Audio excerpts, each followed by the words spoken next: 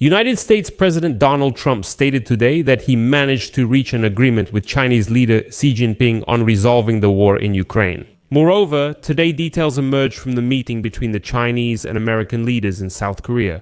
A representative of the Chinese government stated that this summit has, for the first time, opened up the possibility for real involvement of Beijing in resolving Russia's war against Ukraine. Moreover, the reasoning in Beijing is very simple. They say that Trump, for the first time, put China on equal footing with the United States. And if they are now being spoken to as equals, then now they are ready to help end the war. At the same time, China and the United States, for the first time in recent years, have agreed to create new channels of communication between the armed forces of the two countries to resolve conflicts and de-escalate any arising issues.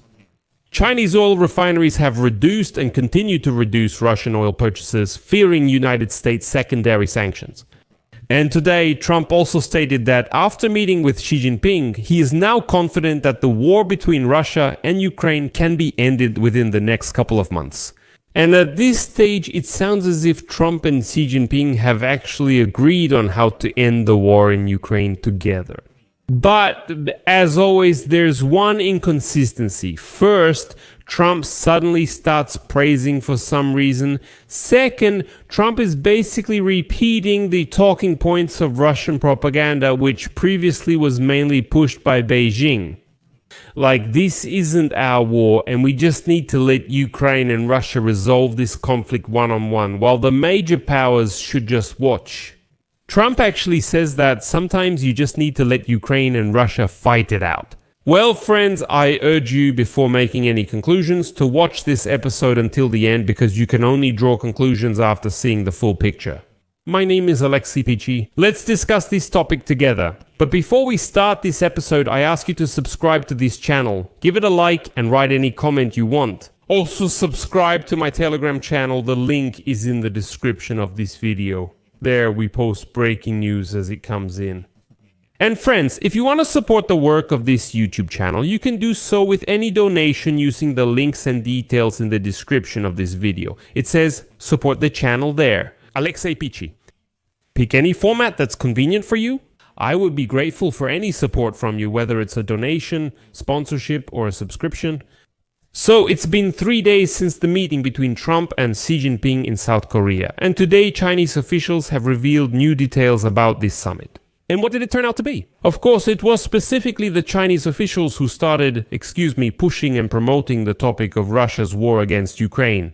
Today, Chinese government advisor David Daokoili suddenly stated that the summit between Chinese leader Xi Jinping and United States President Donald Trump was one of the most high-profile in recent years. And it was this summit that for the first time opened up the possibility for real involvement of Beijing in resolving the war in Ukraine. According to Li, this meeting was historic because the United States recognized China as an equal negotiating partner. And this is an interesting acknowledgement because in Beijing they are now actively claiming that Xi Jinping emerged as the winner from these negotiations. They say that Trump put China on the same level as the United States of America, since he is asking Xi Jinping to help him resolve the war in Ukraine.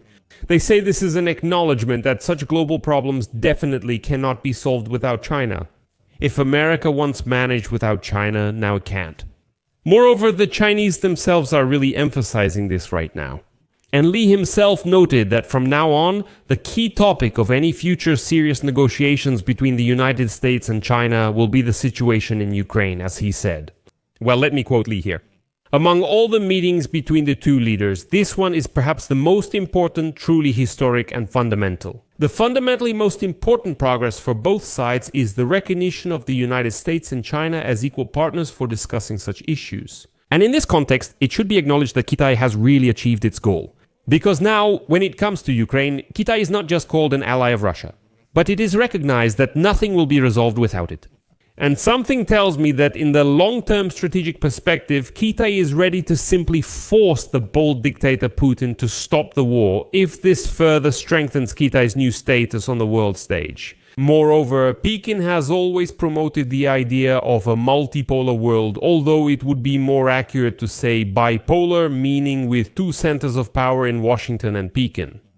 Well, all the talk about multipolarity is just a distraction. and so that people like the Russians think that they also have some kind of role. Now pay attention, the Donald Trump administration has focused all its efforts on restoring order in the Western Hemisphere. And Trump is now actively fighting the drug cartels in Latin America. He threatened to send troops into Venezuela, then Mexico, and even called Colombia's president almost a narco-terrorist, among other things. But unlike elsewhere, America is pulling some troops out of Europe. The United States is now mainly focusing on its so-called backyard. Meanwhile, the United States is expanding cooperation with Japan, South Korea, Thailand, Cambodia, and others. In other words, with the countries that are in China's very own backyard. And I wouldn't be surprised if Trump admitted to Xi Jinping that they say he's willing to slow expansion in Asia and accept China's dominance over Russia and other former Soviet republics. But in exchange, China must help Trump stop Russia's war in Ukraine. After the summit, Trump said Washington and Beijing agreed to cooperate on resolving the Russia-Ukraine conflict. Although the details of the agreement are still unknown, experts believe that China's involvement could significantly influence the diplomatic context surrounding this war. And the meeting also resulted, let me remind you, in the announcement of a one-year trade truce and agreements on tariffs and the control of exports of critical minerals. However, according to analysts, the main intrigue is precisely the possible involvement of China in resolving security issues. Well, in particular regarding Ukraine.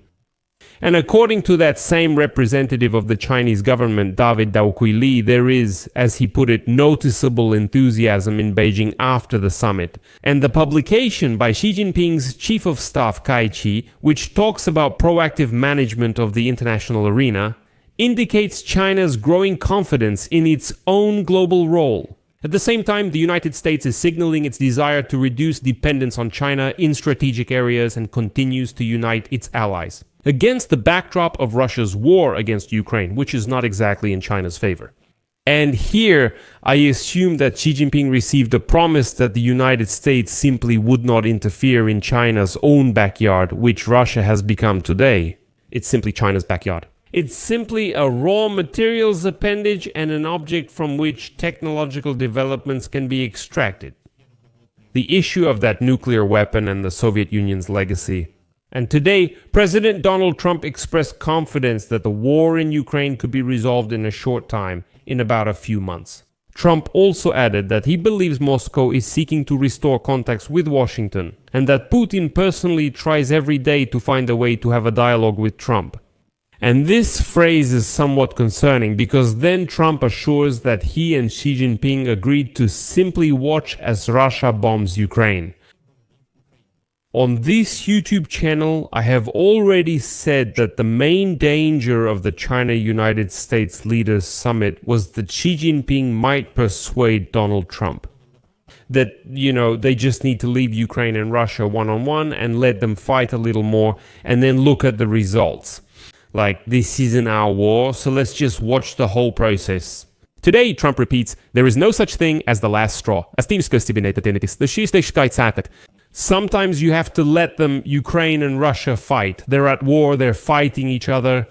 Putin faced a tough war. They lost material and maybe 1 million soldiers, which is a huge number.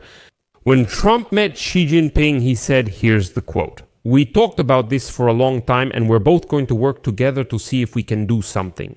We agree that the sides, are stuck and struggling. And sometimes maybe you have to let them struggle. But he will help us and we will work together on Ukraine. Basically, it means that with his beautiful wording, Xi Jinping could have created the illusion for Donald Trump that he is ready to help with Ukraine. But there are many things that don't depend on him. Like, this is not our war, we can't solve everything, we can help with something, but maybe not completely. Let's just observe for now. This isn't our war. Unfortunately for the Kremlin, this situation benefits them most.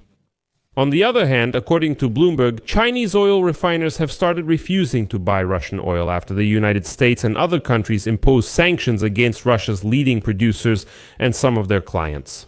As Bloomberg reports, state-owned companies Sinopec and PetroChina have already cancelled several shipments after the United States added Rosneft and Lukoil to the sanctions list last month. Even smaller private oil refineries are temporarily halting purchases of Russian oil, fearing they might come under sanctions. This, by the way, has already happened to Shandong Petrochemical, which was recently sanctioned by the United Kingdom and the European Union. Meanwhile, Pete Hegseth, head of the American military department, said the United States and China will set up new communication channels between their armed forces to resolve conflicts and de-escalate issues. Hegseth noted that the agreements were reached following negotiations with the Minister of National Defense of China.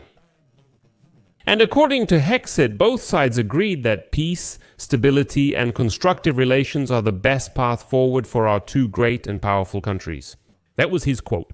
He emphasized that Washington intends to maintain peace based on strength, mutual respect, and positive relations. The conclusion is simple.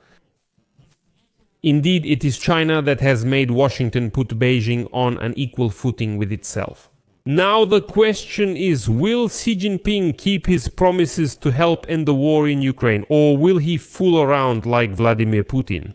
Write your opinion in the comments under this episode. I'll leave it at that for now. Friends, share your thoughts and conclusions in the comments under this episode. Subscribe to the channel, hit the bell, and don't forget to like. That's all for now. Take care of yourselves. Goodbye, everyone.